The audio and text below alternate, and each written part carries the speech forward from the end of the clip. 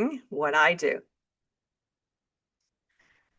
Okay, let's give you a quick story, a little backstory. It goes back to the 1900s, as my daughter likes to say, when I was just starting out in radio. At the time, I was focused on news, hard news, serious news. Weather to me was the little box I had to fill before getting to the real stories. My boss back then, Al Van Alstyne, used to do these things called air checks. I don't know if you're familiar. You might be, some of you. It just basically means it's a performance review where you have to sit in a tiny room and listen to your own voice echo back at you and try not to cringe. And it's even more uncomfortable in television because you have to watch yourself. But I digress. So one day, we're doing an air check, and he asks me, Kim, what is the most important story in the newscast?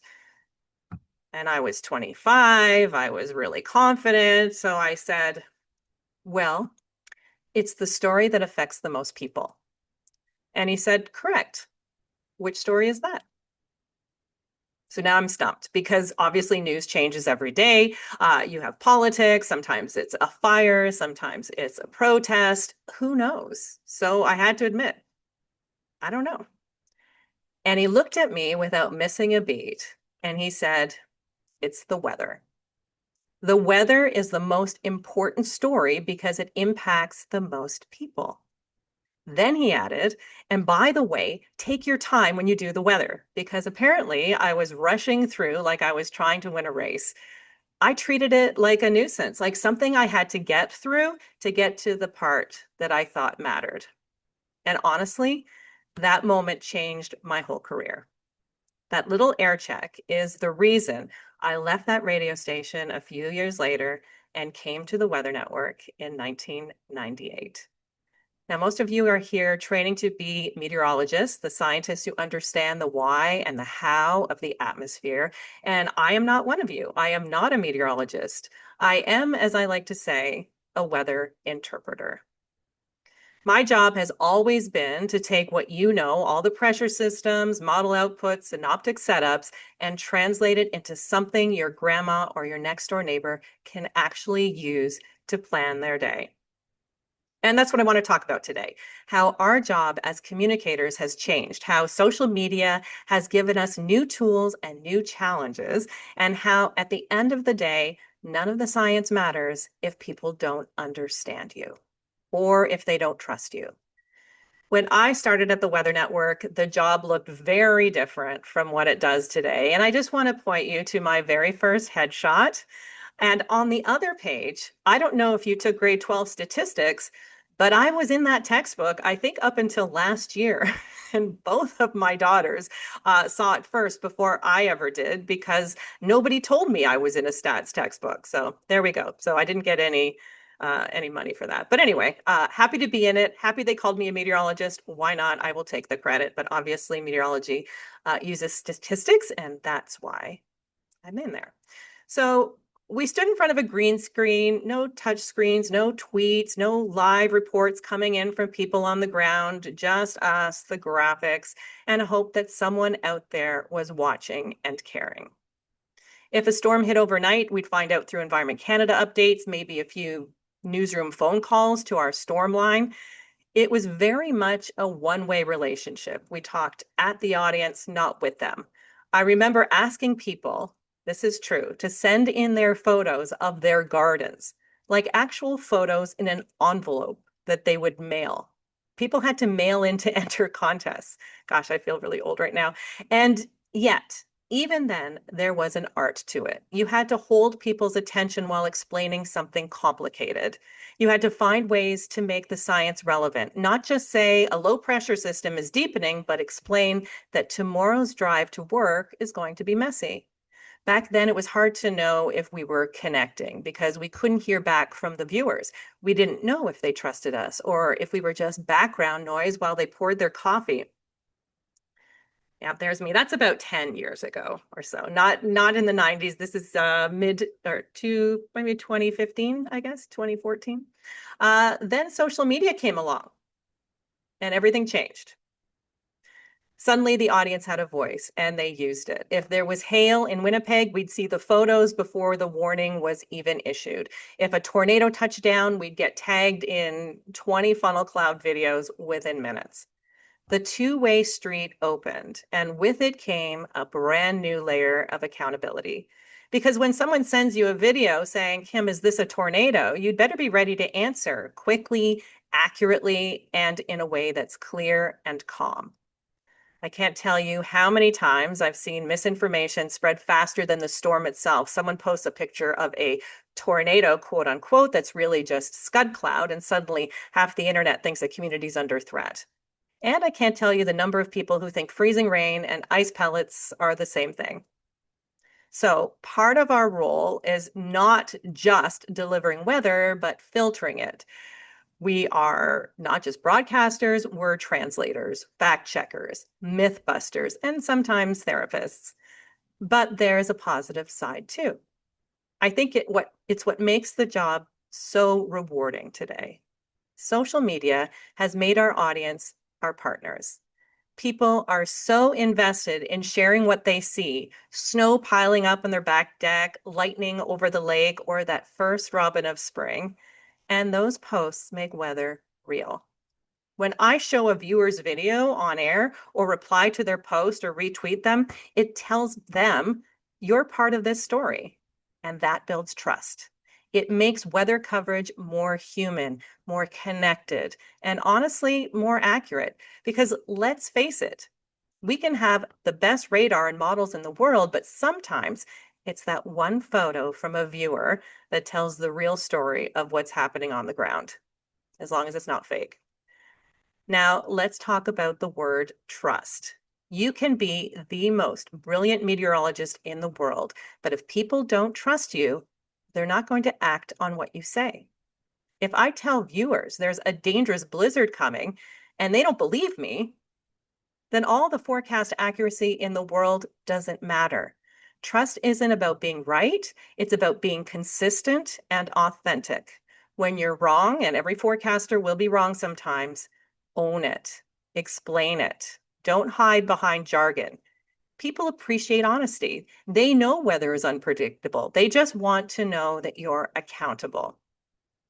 Over time, that builds credibility, and credibility leads to influence, the good kind of influence, the kind that helps people stay safe and make better decisions. Okay, so for 7 years in a row, I was voted favorite weather personality in Toronto. So I did first 3 years was silver, and then the last 4 years was gold. And I think then they stopped doing it. But I wasn't their favorite meteorologist. I was a weather presenter, but they trusted me. So they voted that they liked me. And honestly, I had no idea about this the first year it happened because nobody said I was even nominated. And after I won, somebody posted on my Facebook, congratulations. And I said, I think you have the wrong person. and, and then I found a newspaper, and sure enough, I had won. So that was really, really nice for me. But of course, when they voted for me, I think of them as voting for everyone at the Weather Network because, obviously I don't do this thing alone. We're a team, the meteorologists, the on-air presenters, the producers. Trust also comes from empathy. When people are scared, they don't want a science lecture. They want calm reassurance. They want to feel like someone has their back. I've learned that my choice of words and my tone can make a huge difference. Freezing rain is expected overnight doesn't sound the same as roads will be dangerous by morning. Same science, different impact. Now, I never really fully understood the relationship I had with the audience until I was diagnosed with breast cancer in 2016.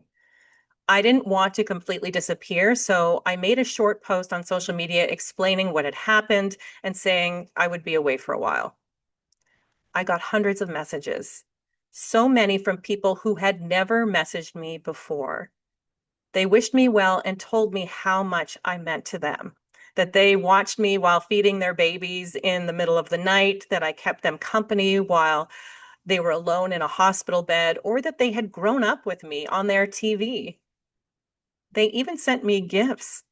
A woman that used to call our storm line from Winnipeg sent me $200 in a card to my home. I don't even know how she did that, but um, I was overwhelmed. These were people I had never met in person, but they treated me like I was family.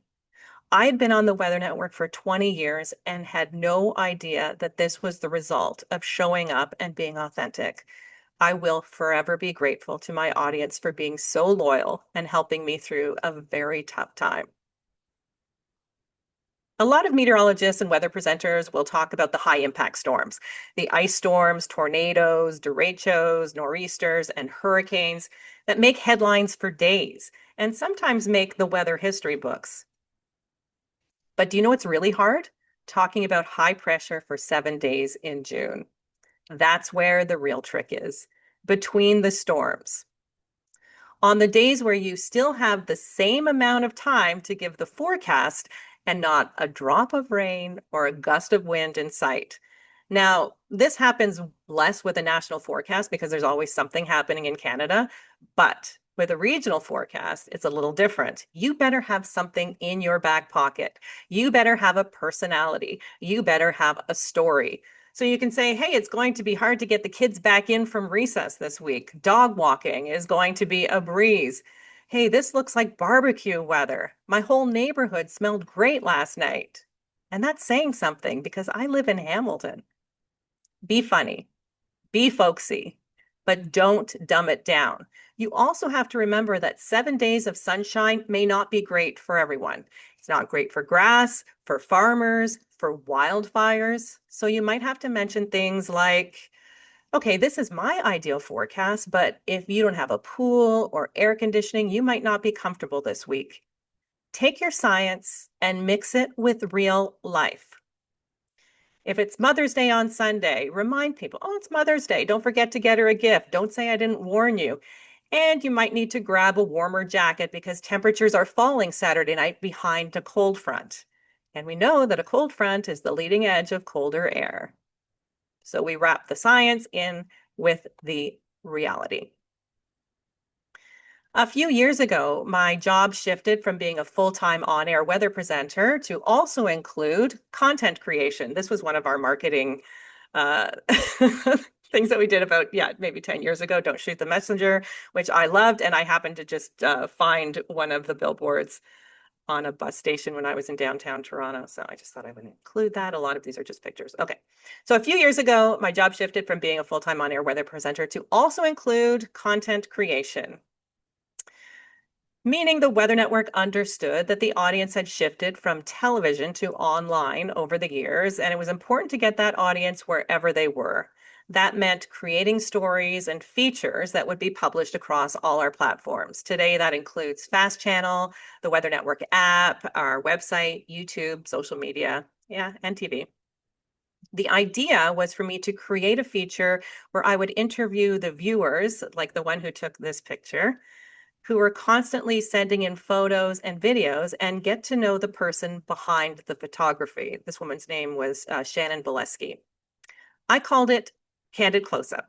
Having spent years building trust with my audience, they felt like they knew me. So when I asked them for an interview, they agreed. They opened up to me, told me their stories, some of them really personal, and shared with me their beautiful photos and videos. Harry Hinmanshu took this one in Saskatchewan. One woman told me about the loss of her baby son. Another one told me about her ongoing battle with cancer. And they appreciated their stories being heard and shared by me. It was because they trusted me. In fact, the Weather Network has been named the most trusted news source for the last 3 years, according to Polera. I've interviewed Olympians, astronauts, and cabinet ministers, but it's everyday Canadians who I have loved talking to the most. This is not an everyday Canadian. This is the former prime minister, of course. More recently, I've started a new feature called Explained. It's exactly what you would expect. Oh, I'm going to go back one here before you jump ahead. I'll just keep it on Trudeau for a second. So I've interviewed Olympians, astronauts, and cabinet ministers, but it's everyday Canadians who I've loved talking to the most. More recently, I've started this new feature called Explained. It's exactly what you would expect. I take a weather topic and explain it in plain language, like how leaves change color, why driving in rain is just as dangerous as snow, and why earthquakes are so hard to predict. So here's where your future careers intersect with mine. You'll have all this scientific knowledge. You'll be experts in atmospheric dynamics, remote sensing, numerical weather prediction. But remember, your audience won't be. Your challenge will be to translate that knowledge without losing its meaning. Think of every forecast as a story. Where is the system coming from? What's it doing now? Where is it going next? And what's at stake for the people in its path? When you frame a forecast as a story with a beginning, middle, and end, people follow it naturally. They remember it. People wonder how we can ad lib without a teleprompter, and I always tell them that the map is my script because every storm has a personality. And when you describe it that way, when you bring your audience in, they connect. I think one of the biggest misconceptions about weather communication is that it's just about talking, but it's actually about listening. When someone tells me, Kim, I'm terrified every time I hear a tornado warning, that's feedback. That tells me I need to be calm and comforting, not dramatic. People don't want to be impressed by your vocabulary. They want to be informed. And when you care about how they receive the message, they can tell. That's the difference between a broadcaster they watch and a broadcaster they trust. So, a few lessons I've learned over the years that might help you as you move forward. Science is your foundation, but communication is your bridge. Without the bridge, the foundation just sits there, unseen. Simplify without dumbing down. If you can't explain it simply, it probably means you don't fully understand it yet. And that's okay. Keep working on it. Be consistent across platforms. Whether it's TV, TikTok, or X, your tone should reflect who you are. Be reliable and authentic. Learn to adapt quickly. Weather changes fast, so does technology. The next big communication tool might not even exist yet. Be ready to evolve with it. Never forget the human impact. Behind every radar is a family making choices to drive, to stay home, to evacuate, to cancel plans. Your words matter to them more than you might realize. And finally, love what you do. This career can be stressful, but there's something magical about helping people understand the sky above them. And before I wrap up, I want to leave you with this thought. You are entering the field at such an exciting time. Technology has never been better, models are more accurate, data more abundant, and the ability to connect with people is endless. But with all that innovation, don't forget the basics. People trust people. No model can replace a human voice that explains things clearly with empathy and sincerity. When someone hears your forecast, you have a few seconds to build confidence, to make them believe. I understand this. I can handle it. That's your real power as future meteorologists, not just knowing the weather, but helping people live through it. So when you're out there in the field or in a studio or behind a computer screen, remember this. Forecasting is science. Communicating is an act of service. And if you can master both, you'll make a real difference in people's lives. Thank you. Okay, great. Thank you so much, Kim, for that great presentation. Hopefully, the people listening find it inspiring because I know a lot of us do want to go into meteorology. Did anyone have any questions for Kim? You let me off easy. Well, I've got one. All right. I knew So you'd have one. when you said you came up with the explained idea, did you came up with that yourself and then you kind of like gave it to the directors? and then they went through with it. Is that how that works? Oh yeah, well the first one was Candid Close-Up where I was interviewing all the people who took photos and all our viewers. And then the second one was Explained, but it's really something, Explained is specifically my feature that I do. But yes, it's a team of people, what do we need here, right? So there's Ask a Met, and that would be something way more sciencey. And there's In the Know, and there's like beyond the forecast. So there's all of these extra features where it's kind of digging in a little bit deeper to what we talk about in addition to just the regular forecast. So Explained was just a group effort where we had a meeting and we're like, this is what we'd like to do. What are we going to call it? What is it going to look like? So yeah, it wasn't just me going, hey, I'm going to do this thing. But because I did it all the time anyway, where I would just naturally explain things on TV, it became a feature that could go everywhere.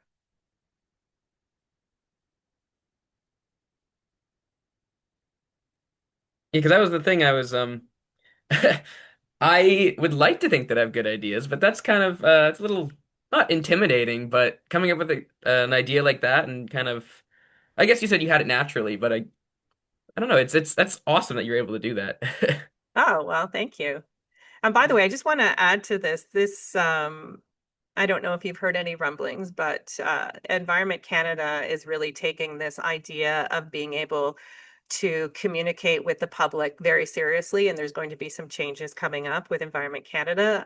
You'll hear about it in detail beginning about the middle of next week, how they talk to the audience and what they're doing. So, I think that a lot of meteorologists realize that if people don't understand what you're telling them, especially if it's a serious warning or if they don't understand the weather vernacular, then it's going to be uh, obviously not relevant at all to them. So we need to show people what the impacts are, and we need to be very clear about it because sometimes it's a communication problem. Somebody's older, someone's younger, someone doesn't speak English or it's not their first language. And we need all people to understand, especially when it comes to, major warnings.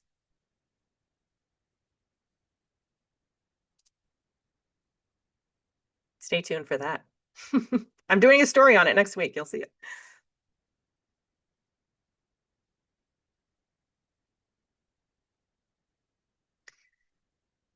Anybody else? Don't be shy. I do have to go back to work, so. So I did apply to be a video meteorologist, just the one that just came out recently. Oh, you did. Because I'm pretty good friends with Dylan at the Weather Yes. Network. Yes, he mentioned that. So yeah, I just thought this was the perfect presentation because I've loved I love listening to you. I was one of the people that listened to you when I was young growing up. So Oh, good. Well, I'm glad. Thank you. It was very flattering. Yeah, so I'm glad because this is kind of a how-to, how to exactly, make that's how to make it. So I'm glad you found it helpful, and hopefully one day you will be here too. I mean, obviously the Weather Network has hired a ton of people who are not only went to York, but were in the Atmospheric Science Club. I've known people who were in that club 20 years ago who worked here as meteorologists. So yeah, it's pretty cool to be talking to you today. I don't know what took you so long to invite me, but you know what? I'm happy to be here. Julia, thank you for inviting me. You're very welcome. It's great to have you. Um, I don't think there are any other questions. I'm sure, yeah, I don't see any in the chat either. Okay, So, it's totally fine, but if any yeah. of your fellow club members want to email me or ask me a question that way, you have my Pelmarix account. That's my work account. And obviously people are welcome to follow me on social media and ask me questions there. Everything is open. Like my Instagram is open if you want to message me, and my Twitter is open if you want to message me too. So there you go. Easy to get a hold of if you think about something later and you don't, well, you don't want to waste it. Hey, awesome. Thank you so much. And thanks everyone for coming. Yeah, have a great rest of your day, guys. Thanks so much.